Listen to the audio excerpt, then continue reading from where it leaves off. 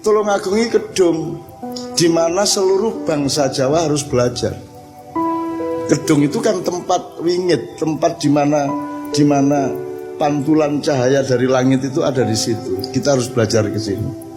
Kediri itu kan kue balio nang awakmu dewe. Jadi Kediri tidak pernah ikut Mojopahit karena dia menjadi semacam oposan sejarah. Bahwa Mojopahit sekuasa-kuasanya tetap harus, jangan sampai keteladuk, jangan sampai adigang adikung adikuno, tetap harus balik nang awakmu dewe. Jadi dia penjaga gawangnya Pulau Jawa. Dan tidak mampu Kediri menjadi penjaga gawangnya secara politik kalau tidak ada kekuatan kebatinan di Tulungagung. Itu ya teman-teman sekalian ya. Oleh karena itu mudah-mudahan Blitar, Kediri, Tulungagung pada suatu hari akan menemukan peran sejarahnya untuk seluruh Nusantara Republik Indonesia. Kalau kalian tidak tahu siapa diri kalian sebagai pemain bola, ya gak iso nyaduk bal nang ndi, lha ngono harus ngomong.